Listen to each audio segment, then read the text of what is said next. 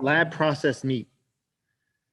What's the halachic status of lab processed meat? It's obviously not really in the market right now, but it's genetically created meat that's done in a lab with a stem cell, with a cell, and then kind of put in a petri dish and then developed into meat. So right now it costs a lot of money, but as time goes on, they say this might be a solution, perhaps for vegans or vegetarians or anybody who's Jewish and wants to eat a cheeseburger or maybe some bacon created in the lab. Are you able to do so or not? So as you might guess, there's different sides to this, but here are some of the deliberations. There's a statement in the Talmud that anything that comes from heaven is kosher. So there's a story of a rabbi who was walking along the way and lions attacked him, and I guess he says he prayed, and then meat came down from heaven, two portions. One the lions ate, the other one he took to the Beit Midrash and asked, "Is this kosher?" And they answered, anything that comes from heaven is kosher. So, and then he asked, what if a donkey came from heaven? They said that would be kosher too, because it came from heaven. So the question is does this symbolize all types of meat that are created in a non-natural, unnatural way, including in the lab, or just meat that comes from heaven? So that's like the discussion. If it's not done in its natural way, is it still in the category of meat? So there's discussions on that. Another area where people discuss, I think I get the sense what people might think on this, but there's a law that you can't eat a limb from a live animal. Can't take a limb off a live animal. This is for Jews and non-Jews. So let's say you take a cell from a live animal. Would that be in that category of taking a limb? What do you think? No, because it's small. I have a feeling. Do you feel that way too? You wouldn't eat what? I would not eat that. What? Because it's like taking a limb. It's like taking a limb from a live animal, you're saying. Okay. Okay.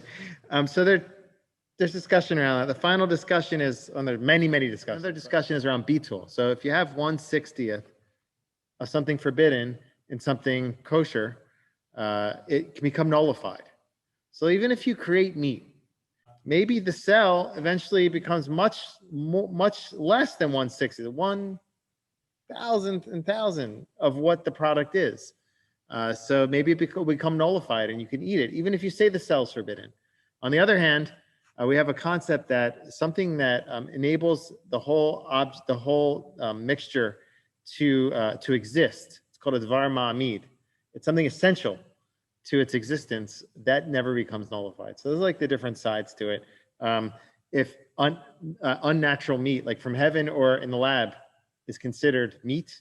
Number two, if it's considered tearing a limb from a live animal. Number three, if it can become nullified. Rav Aviner, one of my rabbis in Israel, he has like a lot of clarity on this topic. I don't, and a lot of rabbis don't, but he has like a lot of clarity on this. Somebody asked him about like taking meat from a cow that was never shechted, takes a cell from a cow, you develop it into meat in the lab. They asked him, "Can I eat that? Can I drink milk afterwards? Can I eat it with cheese?" They says, "Does it have to be shechted?" He says, "No." He says, "This is not meat." And he brings the reason we brought, like meat from heaven. It's not in the category of meat. It's something didn't happen in its natural way.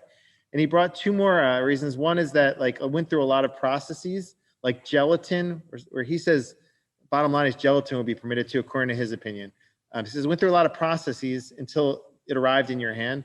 And the last thing he says, the Torah was not given to the rabbi, to the owners of a microscope, balei microscope. He says, like our laws don't go by microscope. Maybe you can see the cell. You look very closely at it, but it's not considered an essence in Judaism because it's so small.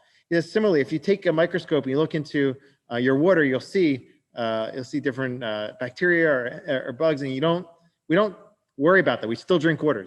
We don't go by the microscope. A cell is so small that it's not something substantial. So he says, like it would be parv. You can eat it with milk, and you can maybe get fake milk, and then from in the lab too, and then you'll be even in better shape. Many other rabbis are more strict, so you have to ask your rabbi. And if you ask this rabbi, I'm still working through the sources.